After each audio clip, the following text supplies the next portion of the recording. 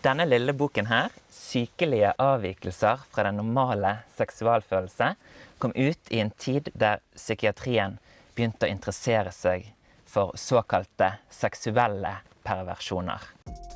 Vi kan gjerne si at denne tanken om seksuelle perversjoner vokste fram sent på 1800-tallet. Den tysk-østerrikske psykiateren Krafft Ebing tok for seg dette i sitt mest kjente verk, Psychopathia Sexualis, utgitt i 1886. Her beskrev han seksuelle avvik og perversjoner. Og fokuset det var på mannlig, homo- og biseksualitet og begreper som sadisme og masochisme ble definert. Og denne forestillingen om seksuelle avvik og perversjoner skulle gjøre seg gjelde i lang tid.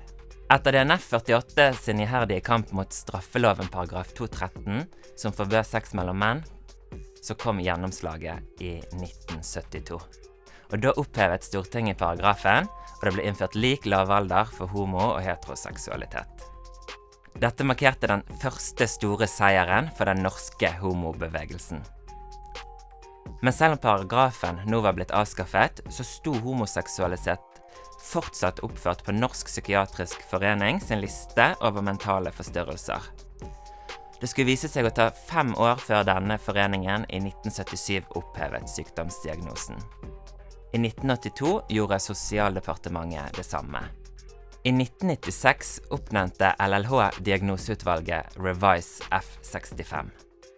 Utvalget arbeidet for å fjerne sadomasochisme, fetisjisme og transvestitisme fra Verdens helseorganisasjon sin liste over psykiatriske diagnoser.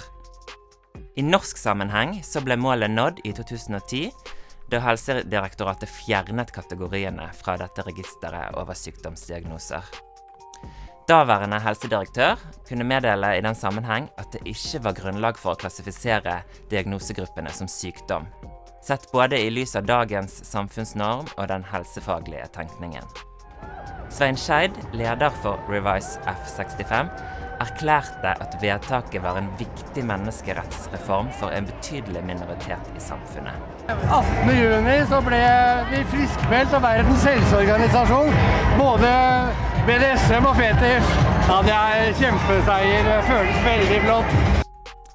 Internasjonalt fulgte Verdens helseorganisasjon i 2018 de nordiske landenes eksempel. Da strøk de diagnosen i sin revidering. Og med det så var diagnoseutvalget sitt mandat oppfylt. Men BDSM-ere og fetisjister er ikke beskyttet av et diskrimineringsvern i Norge i dag. Og på bakgrunn av dette så valgte FRI sitt sentralstyre i 2019 å nyoppnevne diagnoseutvalget Revise.